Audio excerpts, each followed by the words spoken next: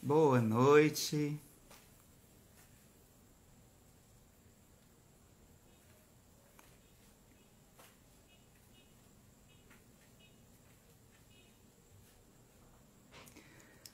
Boa noite. Nós vamos estar iniciando hoje um projeto, dando continuidade a um projeto. Olá, João, Ricardo, tudo bem? Que alegria receber você por aqui. Andréia, Jaque, seja muito bem-vinda. Ian Lucas. André, que bacana receber você por aqui, que coisa boa, tá? Professor Evandro, meu querido amigo, que bacana, tá, encontrar você aqui essa noite. Jaque, boa noite. Laços da Ju, boa noite. Professor Evandro, falarei já com a vossa pessoa que está engrandecendo aqui essa noite, que honra. Dona Nessi, boa noite, que bacana receber você aqui, sempre um momento muito especial. Pessoal, esse evento hoje, né, que nós estamos fazendo, ele tem como objetivo fazer a divulgação da Academia Antônio Bezerra de Letras e Artes. Boa noite, Letícia. Boa noite, Luiz. Meus queridos alunos, que coisa boa encontrar vocês aqui nesse momento, né, que a gente está se encontrando de novo. Boa noite, Silvia. Sempre muito bacana a gente estar aqui. E hoje, pessoal, nós vamos falar um pouquinho do que é essa academia que a gente está fazendo. De antemão, eu quero convidar vocês, tá? Nós vamos estar iniciando um projeto. Esse projeto ele vai falar sobre poesia. E aí a gente vai estar começando esse projeto nas sextas-feiras, tá? E o primeiro projeto a gente vai estar divulgando esses dias. E esse projeto ele vai ter como tema quem é que ocupa o teu coração. Então, assim, nesses dias assim tão distantes, nesses dias que a gente está tão apertado, né? Nesses dias que a gente muitas vezes é tão bombardeado com tantas notícias, a gente, por exemplo, perceber o coração, ele sempre nos faz pensar, refletir, né? Pensar sobre a vida, refletir sobre como estamos. Então, nós estamos pensando nesse projeto iniciarmos, né? As noites de sexta-feira ou de sábado, tá? Obrigado, Nádia, pelo carinho, que saudade aí de vocês, tá? Então, esse projeto vai ser um projeto para a gente conversar. Conversar sobre a vida, conversar sobre a esperança, tá? E hoje nós temos, assim, vamos estar aproveitando esse momento para conversar com o professor Evaldo Lima, tá? O professor Evaldo Lima, que é um professor que tem feito um trabalho muito bacana e que tem, por exemplo, falado um pouquinho sobre a arte, tá? Então, a gente queria também, professor Evandro, que aqui apareceu também, que está aqui, a gente vai também conversar um pouquinho, tá, professor? Finalzinho a gente vai planejar. O professor Evandro é um grande amigo, né? Um professor de língua portuguesa, também fantástico. Nós vamos, pessoal, esses dias, falar, né? Então, assim, hoje, qual é o objetivo, né? Hoje o nosso grande objetivo é falar sobre a Academia Antônio Bezerra, mas eu vou falar um pouquinho do projeto que a gente vai estar iniciando. Muitas vezes, né, na nossa correria diária, nós começamos, assim, a nos distanciar muito do que a gente é. Muitas vezes o nosso coração ele está muito distante da nossa essência, né? E às vezes a gente quando a gente vai falar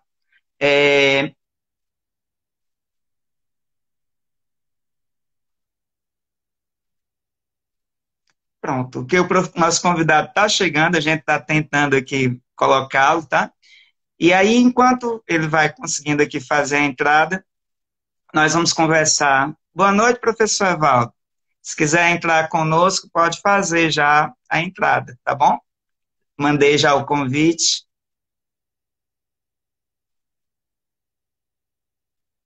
Vamos ver aí se dá certo. Então, turma, né? A gente está falando aí tantos alunos, tantos amigos, tantas amigas, né? Que a gente fica. Pode entrar, professor Evaldo. Já lhe mandei o convite. Pode ir entrando que eu estou terminando aqui de fazer as honras com tanta gente boa que está chegando.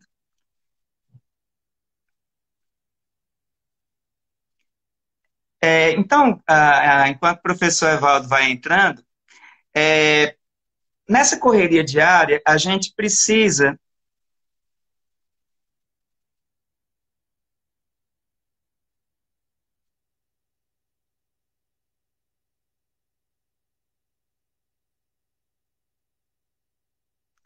Não, professor, eu coloquei aqui, professor Evaldo, veja se dá certo agora. Opa! Então, professor, eu vou já lhe dar as boas-vindas de forma correta, tá bom?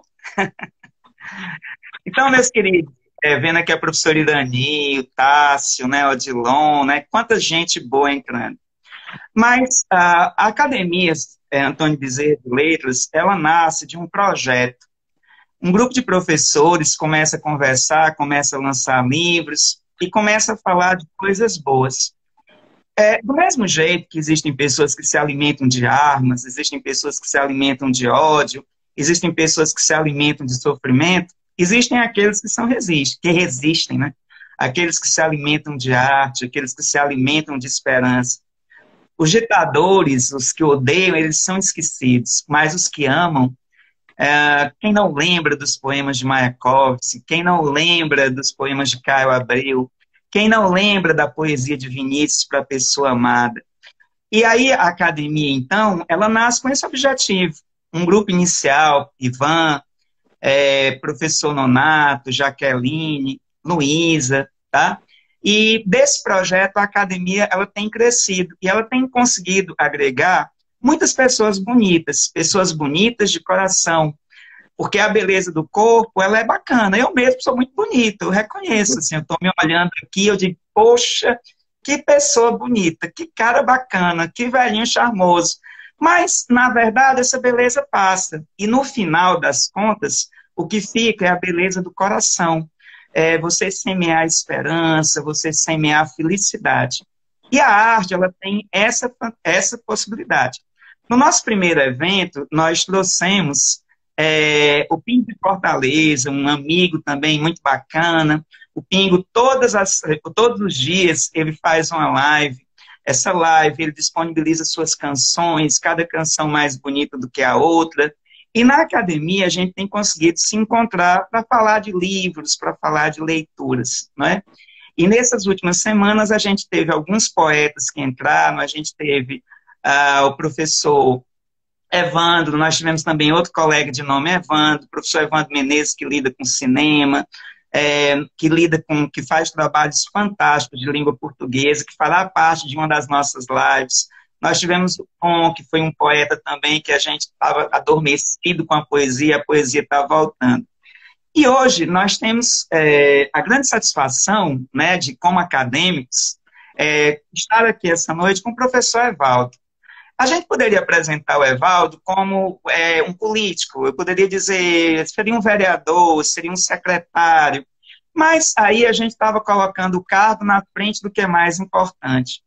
Quando alguém diz para mim que é professor, essa pessoa, ela entrou no meu coração, armou a rede na minha sala, se deitou diante da minha televisão, e ali ela abre a minha geladeira, toma o meu café, come do meu pão, toma o meu sorvete pardal lá na geladeira, e ela tem assim, é todo aberto, né? Então, professor, é dessa forma que eu vou lhe chamar, colega de trabalho, né, Valdo? E aí eu queria, assim, se você quiser dizer algumas palavras para se apresentar, aqui é muito informal, assim, a gente vai conversar como velhos amigos, porque embora a gente se encontre pouco, mas você faz um trabalho admirável, inspirador, né? e que é uma honra para nós que fazemos academia ter você participando, né? É uma honra não pela pessoa do cargo, mas pela pessoa do coração, pela pessoa. Então, seja muito bem-vindo a essa noite. Aloysio, é uma alegria muito grande encontrá-lo e encontrar também tantos confrades, confreiras da Academia Antônio Bezerra nessa noite tão especial. Eu fiquei muito feliz e muito emocionado com a sua apresentação. Especialmente, olha, veja o que é a bela coincidência da arte, das letras. Eu acredito que através da leitura, do livro, da literatura, que a gente consegue sair desses labirintos. A leitura, na verdade, é o fio do novelo da Ariadne. Lembra daquela história de como Teseu saiu do labirinto, derrotou o Minotauro? Eu acredito que é exatamente isso. É a leitura que possibilita sair de todos esses labirintos. Eu fiquei muito emocionado com a sua apresentação da permanência da poesia, dos poetas, e citou alguns dos meus preferidos. E veja só que coincidência, meu amigo querido. Eu estava aqui folheando Mayakovsky, Vladimir Mayakovsky. Estava dando uma olhada nesse livro aqui do Augusto de Campos, Poesia Russa Moderna, exatamente do Mayakovsky. Ou mais ainda, esse livro que é do Eduardo Alves da Costa, que é uma homenagem ao Vladimir Mayakovsky, e você começa citando exatamente Mayakovsky. Então, quero começar declamando Mayakovsky. Mayakovsky é que diz: nos demais, todo mundo sabe, o coração tem moradia certa, fica bem no meio do peito, mas comigo a anatomia ficou louca, sou todo coração. Viva Mayakovsky, viva a poesia. Uma alegria muito grande te encontrar nessa noite. O Mayakovsky, ele nos inspirava, né? Assim, lembro na adolescência, quando a gente leu a primeira vez aqueles versos, eu digo, meu Deus do céu, o que é isso, né? A forma como lidava com a pessoa amada, a forma da inteligência, né? Eu lembro que uma vez, numa das reuniões de Mayakovsky, tinha uma pessoa ironizando, né? E ao final da reunião, a pessoa falava: Mayakovsky, você sabe que do sublime ao ridículo é um passo? Aí ele deu um passo. É verdade, do sublime ao ridículo é só um passo. Então, a inteligência, ela nos traz muito isso, né, Val? Eu sempre penso que, enquanto existir um professor, né, a esperança vai ter um lugar para voltar. E os professores, nesses tempos tão cinzas que a gente vive, eles são a esperança. Porque muitos alunos, né, eles aproximam-se mais do professor até do que seus pais, né? E você, sendo um professor de história, né, e a história tão perseguida, não só a história como a arte, mas os professores de história têm vivido momentos muito difíceis, porque a ignorância não gosta da reflexão, né? Eu queria perguntar a você, assim, qual a importância que a história tem tanto na arte, né, porque a gente vê, por exemplo, as revoluções, né, a Revolução Cubana, o José Martí, né, ele foi um grande poeta. Então, as revoluções, elas começam muito com os poetas, né? Os poetas, eles imaginam... eu lembro que, assim, eu namorava com uma moça muito bonita, mas muito bonita. Aliás, ela não sabia que eu namorava com ela, Evaldo. Eu namorava com ela, então eu ia deixar no ponto do ônibus, eu ia... E aí uma vez eu peguei um trecho de uma música do Cazuza, e eu escrevi: você faz parte do meu show. Aí eu percebi que desde aquele momento ela mudou a forma como ela olhava para mim. E essa moça muito querida continua uma moça muito linda, que é a minha esposa, né, companheira aí de 20 e tantos anos, chegando nos 30 anos, quando a gente coloca noivado, casamento. Então, os professores de história, né, eles mudam muito a vida da gente, né, porque eles mostram caminhos, mostram livros. Então, o professor Evaldo, assim, como se sente, assim, como professor, inspirando outras vidas, né? Aloysio, eu quero lembrar aqui essa referência que você faz dos poetas, da poesia e das transformações sociais. Eu acredito muito nisso. Eu lembro o Lenin, Vladimir Ilyich Ulyanov Lenin, que dizia: é preciso sonhar mas com a condição de confrontar a nossa observação com o nosso sonho e realizar escrupulosamente a nossa fantasia, sonhos, acredite neles. O Whitman foi o poeta da Revolução Americana, da mesma forma como Mayakovsky foi o poeta da Revolução Russa. É interessante a permanência da poesia e dos clássicos. O clássico é aquilo que, mesmo passado tanto tempo da sua escrevinhação, da sua produção, permanece atual. Eu estava dando uma olhada, Luiz, e veja você, eu respondo já essa questão. Mas eu estava lembrando aqui o Mayakovsky, e nesse Poesia Russa Moderna, tem um poema chamado O Juiz. Veja você, O Juiz. E num determinado fragmento, o Mayakovsky diz o seguinte: sob o olhar de um juiz, duro como um jejum, caiu por acaso um pavão laranja azul. Na mesma hora, virou cor de carvão a espaventosa cauda do pavão.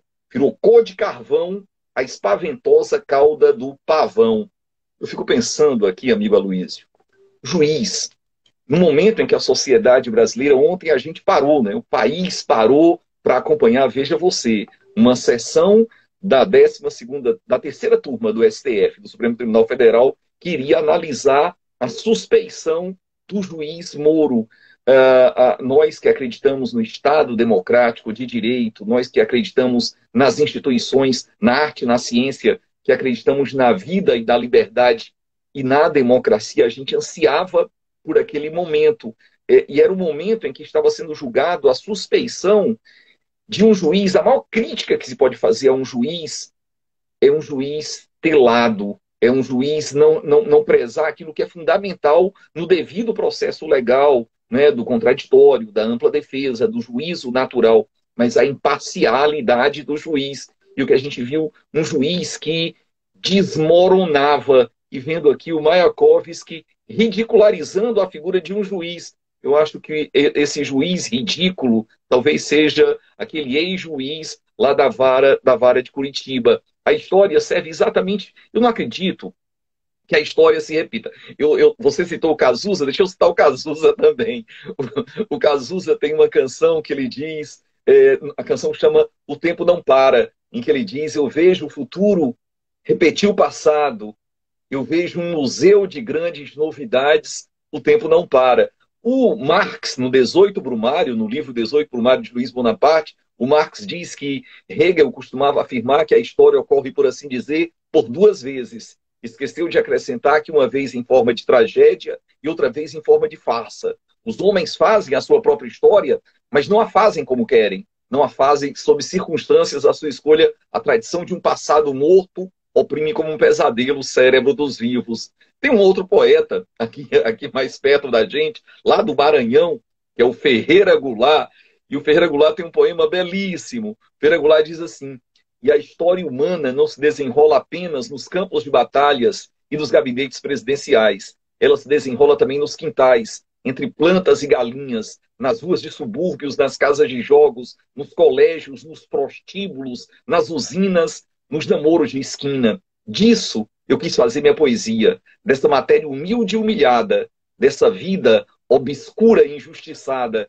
E o canto não pode ser uma traição à vida. E só é justo cantar se o nosso canto arrasta consigo as pessoas e coisas que não têm voz. Na verdade, eu acredito nisso mesmo, no papel da análise, da reflexão, de estudar história e de fazer história, da gente se sentir sujeito no nosso tempo, da gente contribuir para transformar a realidade. Eu procuro fazer isso não como um mantra, mas como uma missão para a minha existência. E quando a gente, por exemplo, vai falando em história, né, a gente começa muito a ver a música, né? Porque, assim, eu sou professor de química. Às vezes o pessoal, eu dou aula de matemática também e de física. E o pessoal acha que quando às vezes o pessoal me pergunta o que eu faço, que eu digo que eu sou professor de química, é uma tristeza, porque todo mundo pensa que é letras. E a gente sempre procura com os alunos, né, independente disso, nesses tempos de pandemia, a gente tenta começar com poesia, a gente tenta falar. Então você vê, por exemplo, quando, por exemplo, o Lula foi condenado, independente de ser o Lula, a gente colocava uma frase para os meninos que eu dizia: você não há problema de você ser de direita, não há problema. O problema é você ser injusto. Porque se você condena o teu inimigo de forma injusta, você é pior do que aquele que está sendo condenado. E quando a justiça, ela, por exemplo, abre os olhos e decide a quem condenar, é muito ruim. E aí, claro que com os meninos, a gente vai colocando muito. O Vanderlei, que é um músico que eu gosto muito, infelizmente morreu há alguns anos, ele lançou uma música essa semana, a família está relançando a obra, deixou muita coisa gravada.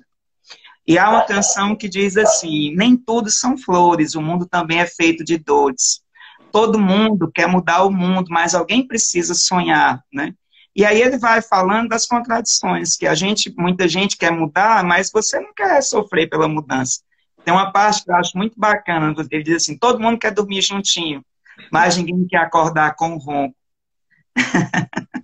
E ele diz que, assim, falar do Brasil sem falar do trabalhador é uma coisa complicada.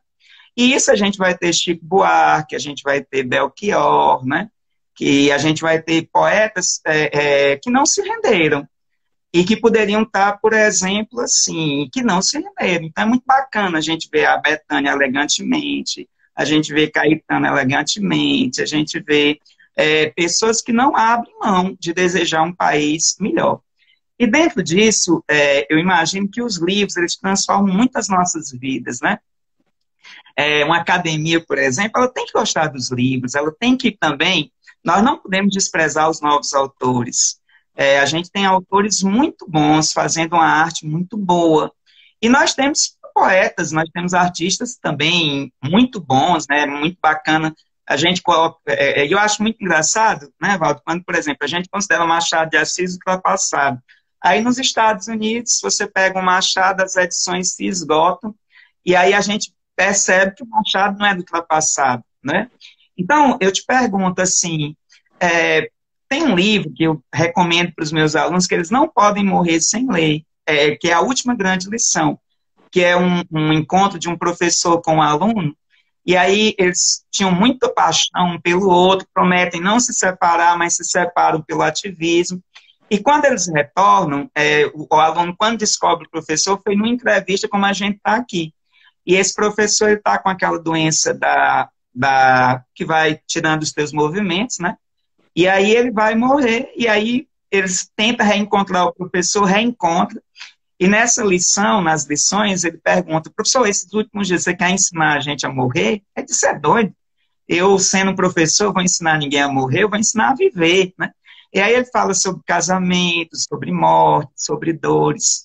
Então, assim, qual seria um livro que você recomendaria para os nossos, para quem está nos assistindo, para os seus alunos? Aquele livro que quando você fala, você já fica toda arrepiada, assim, se batendo, né? Aquele livro.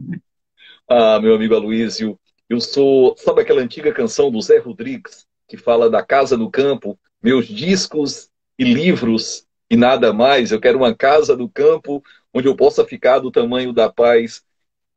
O meu lugar preferido na vida é exatamente dentro do livro, me encontrar e me perder nas páginas dos livros. Desde muito pequeno, eu sempre tenho o hábito da leitura como o momento mais importante do dia. A leitura diária são tantas, são enfim, obras extraordinárias. Agora, você faz uma provocação que eu acho muito bacana.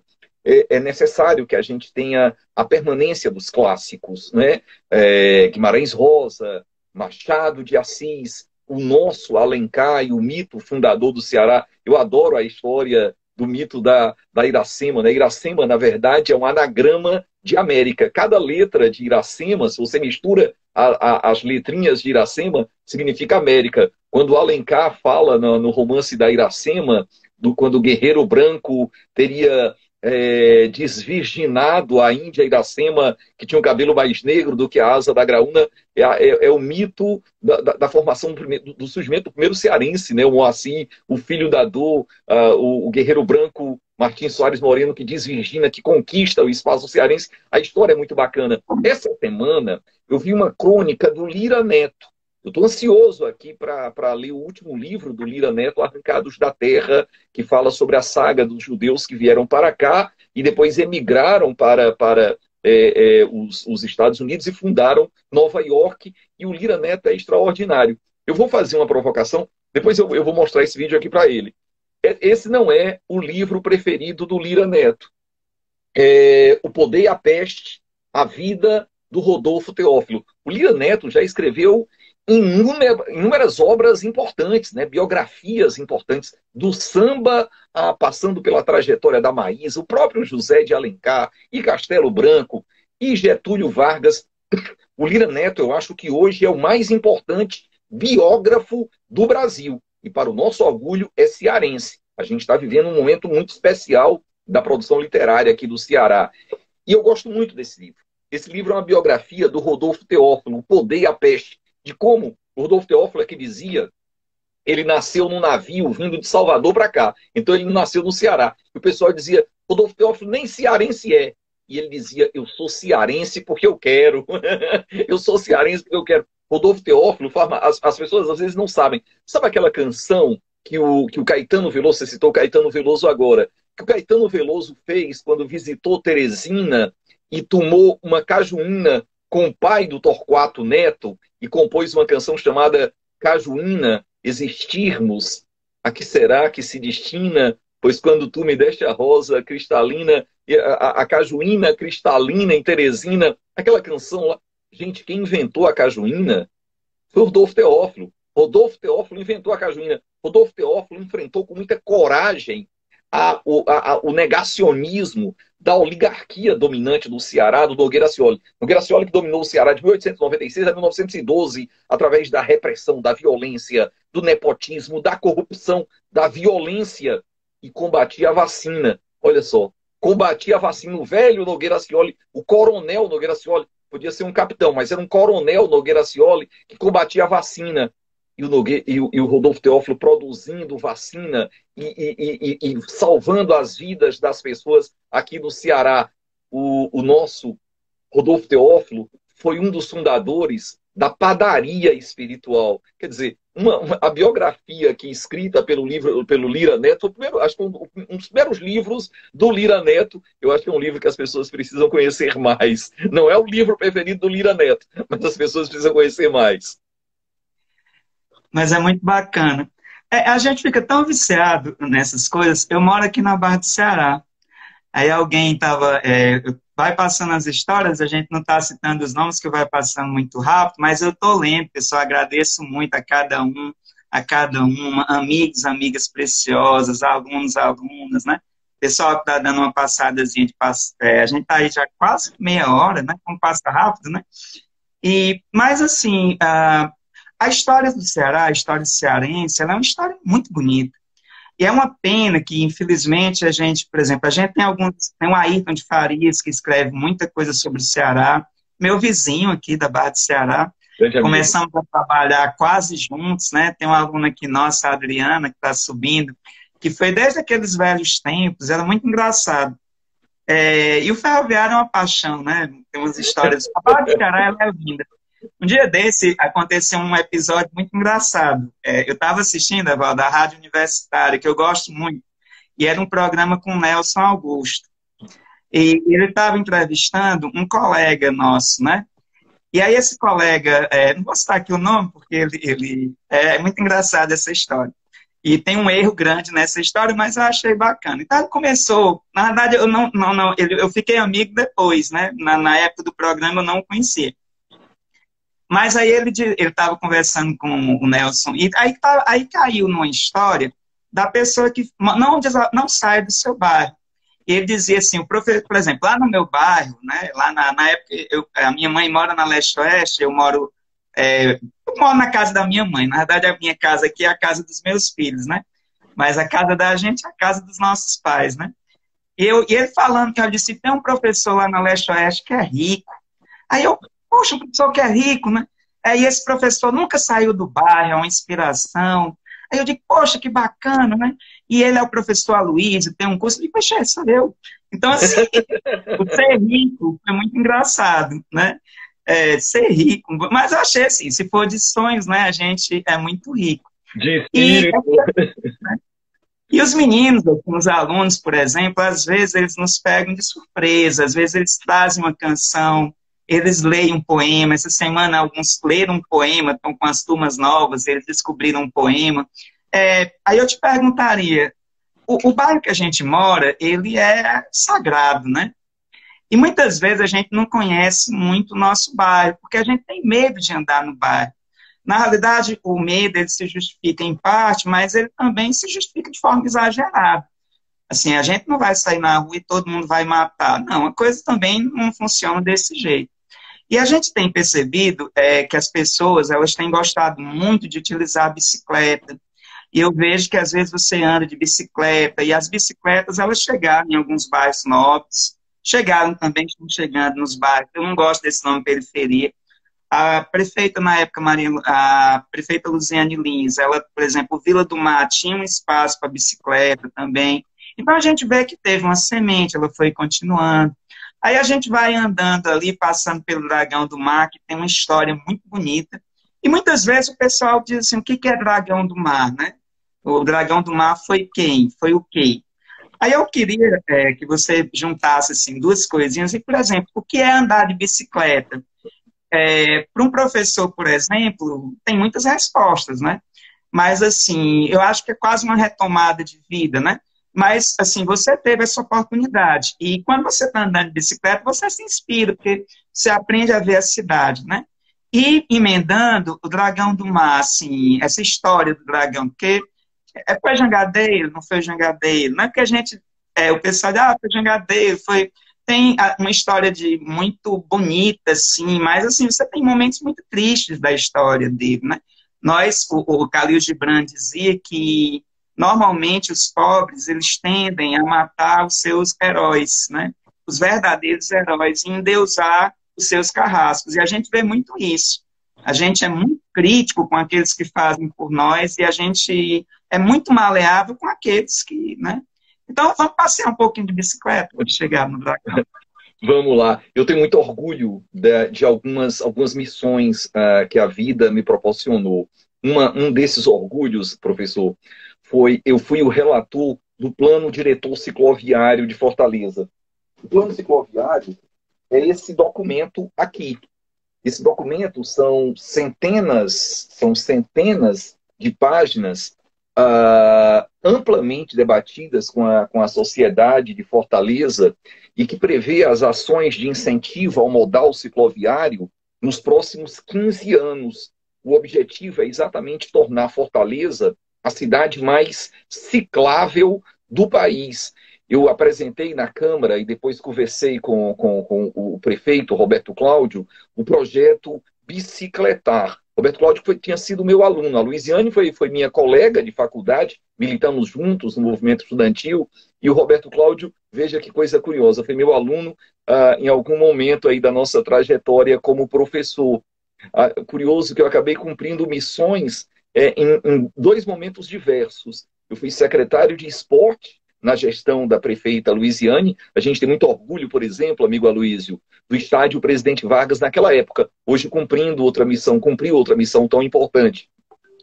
A entrega do estádio Presidente Vargas para a cidade, naquela época que eu fui secretário de esporte da cidade. E fui secretário de cultura na gestão do prefeito Roberto Cláudio, também cumpri missões no parlamento municipal. Fui relator do plano cicloviário e também o autor do projeto Bicicletar, de bicicletas compartilhadas. Na verdade, eu sempre falo que pedalar faz bem para a cidade e faz bem para o cidadão. Não é só o vento no rosto, não. Na verdade, você está deixando de lançar na atmosfera a combustão fóssil, a poluição. Na verdade, é um hábito muito saudável. A mobilidade ativa, a mobilidade sustentável. E eu pedalo não é somente pela prática do desporto, não. Embora seja muito agradável também. Mas especialmente como meio de transporte. É o meu principal meio de transporte. Na Câmara Municipal, eu ia para a Câmara Municipal de bicicleta. Na Secretaria de Cultura, eu ia para a Secretaria de Cultura de bicicleta. E é realmente o meu principal meio de transporte. Em alguns momentos até uso outros meios, mas o meu meio de transporte essencial, favorito, necessário, é exatamente a bike. E uma coisa, amigo, que me sensibiliza, que me emociona muito. Fortaleza morriam muitos ciclistas. Morriam muitos ciclistas. Era muito frequente a gente observar as bikes fantasmas. São aquelas bikes pintadas de branco, amarradas em um poste, para dizer que ali, naquele lugar, um ciclista morreu atropelado. A Fortaleza cresceu muito na sua infraestrutura cicloviária, ciclovias, ciclofaixas, ciclorotas. Nos últimos 8 anos, a gente teve um crescimento de mais de 400% na infraestrutura cicloviária da cidade. E parece-me que a cidade abraçou, de fato, a mobilidade ativa sustentável. E é bom também, porque a gente, pedalando, a gente conhece mais a cidade. A gente passa ali pela sua Barra do Ceará e lembra um pouco, passar adiante, talvez no lugar mais bonito da cidade, o encontro das águas do Oceano Atlântico com o Rio Ceará. Ali onde foi fundado o primeiro forte, o Fortim de São Tiago, ali onde o Vicente Anês Pinzon, o antigo companheiro do Cristóvão Colombo na aventura da América, o Pinzon era o comandante da caravela Nina, pois o Pinzon, antes do Cabral chegar na Bahia, o Pinzon passou ali pela nossa Barra do Ceará. Tem histórias maravilhosas para passear pela Barra, chegar até a Praia do Peixe, né? Que agora é a Praia do Peixe, virou a Praia Formosa, agora é a Praia de Iracema, Praia dos Amores, que o mar carregou, e passar ali pelo Centro Cultural Dragão do Mar, ver a estátua do jangadeiro Chico da Matilde, aquele menino que quase morreu quando era criança, com uma espinha de peixe engasgada na garganta, conseguiu sobreviver. Uma história belíssima. Ele não era bem jangadeiro, ele era um prático, né? Um prático que teve um papel extraordinário na abolição da escravatura. Foi por isso que o José do Patrocínio chamou o Ceará de a terra da luz. Né? O Ceará foi a primeira província do Brasil a abolir a escravatura. E aí a gente tem muito orgulho da história do nosso Chico da Matilde, como a gente tem orgulho também da história de outros jangadeiros, os jangadeiros Jacaré, Mané Preto, Jerônimo e Tatá, que em 1943 saíram de jangada. Eu acho que essa é a maior aventura náutica da história da humanidade. Eles saíram de jangada da Praia do Peixe, da Praia Formosa, da Praia de Iracema e foram até o Rio de Janeiro. De jangada para o Rio de Janeiro para pedir que o presidente de então, Vargas, estendesse os direitos trabalhistas para os jangadeiros do Ceará. Tem histórias maravilhosas de luta, de aventura, de resistência, de cearensidade, de descoberta. É por isso, Aloysio, que eu digo que eu não moro em Fortaleza.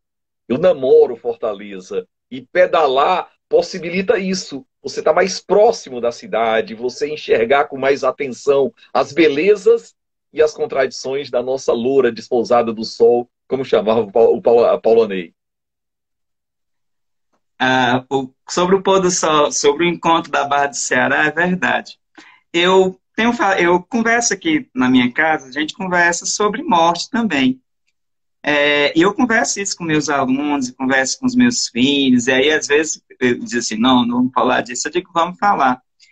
E eu falei para eles que quando eu morrer, eu quero que as minhas cinzas elas sejam jogadas ali na Barra do Ceará, que tem um pôr de sol lindo. E eu escrevi, aí um dia desse eu vinha, e aí parei ali e escrevi um texto, né? E esse texto eu pedi para uma professora muito querida fazer a correção. E aí depois ela ligou para mim dizendo, Luiz, eu não consegui, chorei muito. Aí tem um professor, outro professor, que eu disse, não, tá bom, eu vou pedir a outro colega e tudo. E aí quando ele ligou para mim, disse, rapaz, aquele texto ele é muito sério, ficou muito tocante. Então, eu quero que as cinzas sejam jogadas ali, porque muitas vezes quando as pessoas morrem, a pessoa bota num cemitério e ali acabou. E quando é que você vai ver? Num dia de finados, quando é que você vai ver, né?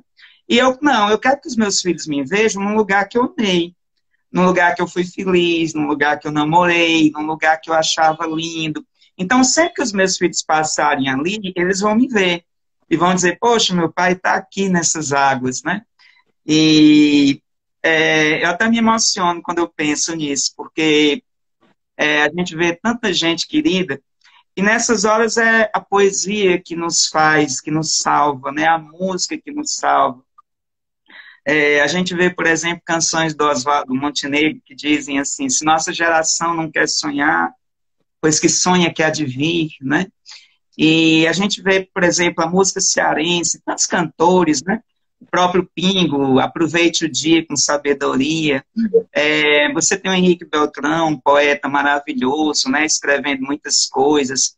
Na nossa academia, a gente tem tantos artistas bacanas, Jaqueline, Nonato, Ivan, Luísa, que participa de peças, autoras e autores. E aí, às vezes, quando eu estou passando ali, eu venho do colégio, eu fecho os olhos, né? E ali eu vou vendo, assim, né? Assim, através da arte, né? A gente vai vendo as pessoas que a gente ama, né? E aí eu perguntaria, quando você fecha, assim, os olhos, né? Assim, o que que a arte faz com que tu veja, assim, na... A arte possibilita, mesmo de olhos fechados, que a gente enxergue bem melhor. Enxergue o menino que um dia eu fui e que percorreu a Barra do Ceará. Eu ia para a Barra do Ceará com a minha irmã, a jornalista Elza. Ela me levava e eu ficava brincando ali na areia, brincando. E naquela época, Luiz, tinha um barco que atravessava de um lado ao outro ali da Barra do Ceará. A gente ia lá para o outro lado. Eu lembro, na verdade, o menino que um dia eu fui. Eu fico pensando numa antiga canção, acho que é do Milton Nascimento, que há um menino, há um moleque, há um menino, há um moleque dançando, brincando sempre no meu coração. Toda vez que o adulto balança, ele vem para me dar a mão. Eu acredito que é um pouco disso, esse menino, esse moleque que não deixa a gente desistir de viver, de acreditar, de ser feliz. E é isso que a arte nos possibilita, a imprescindibilidade daquele livro, daquela canção, enfim, daquele filme. Você citou os nossos confrades e confreiras da Academia Antônio Bezerra, Nonato, Jaqueline, e tanta gente bacana. Eu tenho muito orgulho de cada uma deles, aprendo muito com os parceiros da Academia Antônio Bezerra. Eu tenho a honra também, meu amigo, de ter como patrono a dona Bárbara do Crato, né? A dona Bárbara de Alencar, a mãe do Tristão Gonçalves, o presidente da Confederação do Equador no Ceará, a mãe do senador José Martiniano de Alencar, a mãe do romancista José de Alencar. Dona Bárbara do Crato, a primeira mulher presa por razões políticas na história do Brasil, a rebelde libertária da revolta de 1817 aqui no Ceará, que proclamou a República do Ceará. Eu acredito que através da literatura, da leitura, da poesia, da música, que nos permite sonhar e nos permite viver. Tem um cantor, tem um artista cearense.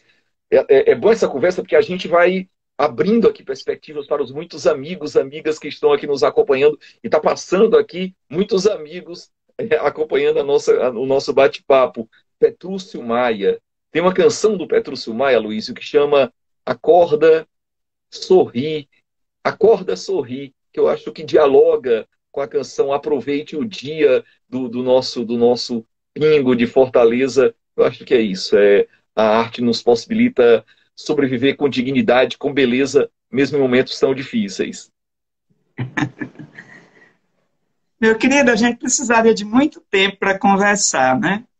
Então a gente vai estar praticamente quase que concluindo, mas quem fecha a live é você.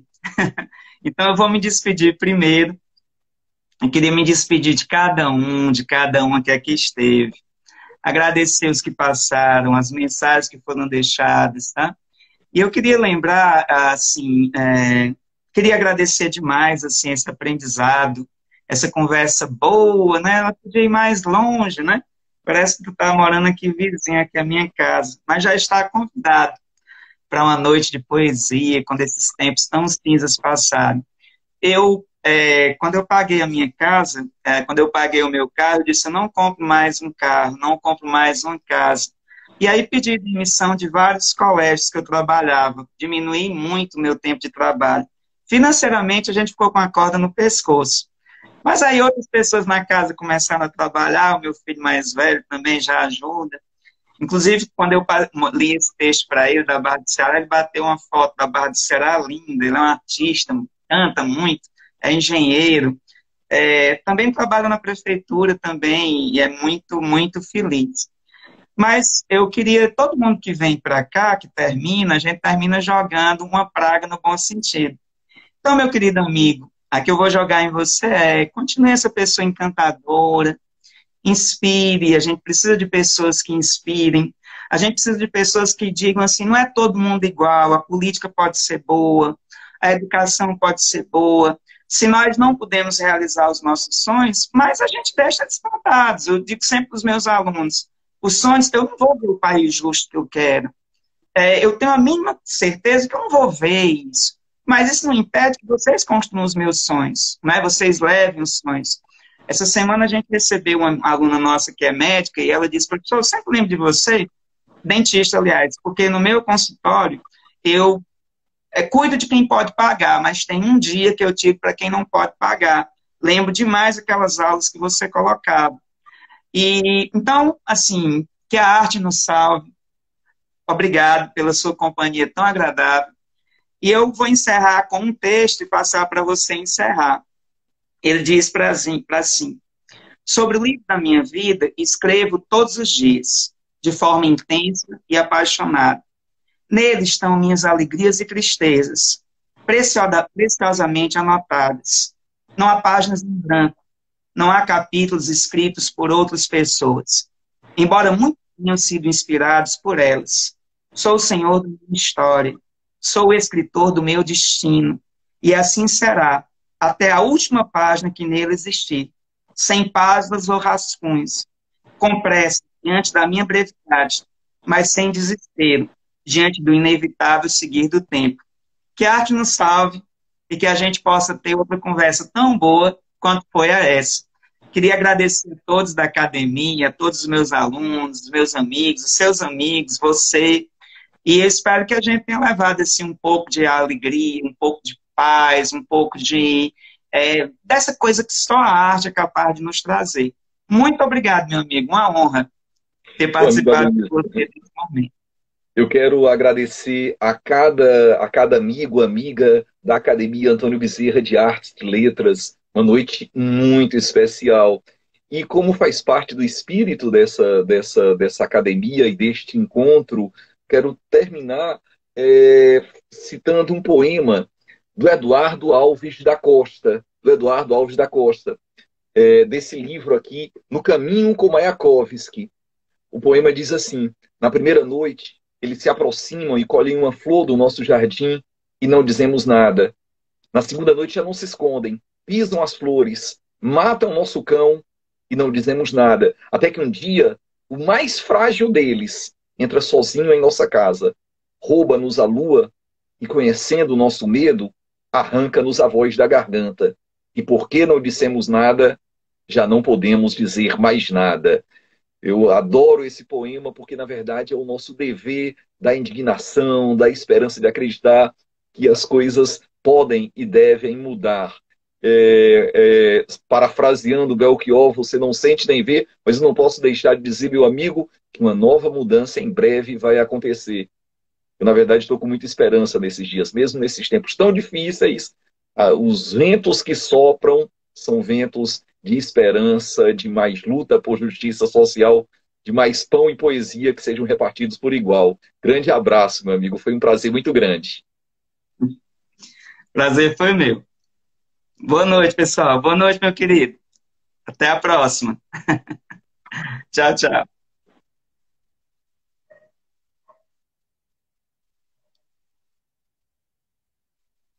Pessoal, quero agradecer a cada um, então, fechando. E aí eu convido vocês, a gente vai fazer uma live esses dias falando quem está no teu coração. E que a gente possa, então, se encontrar para a gente conversar sobre isso. Eu aviso vocês, tá? Abraço imenso e obrigado por essa companhia tão especial. Espero que vocês tenham gostado. Abraço imenso e até a próxima. Tchau, tchau.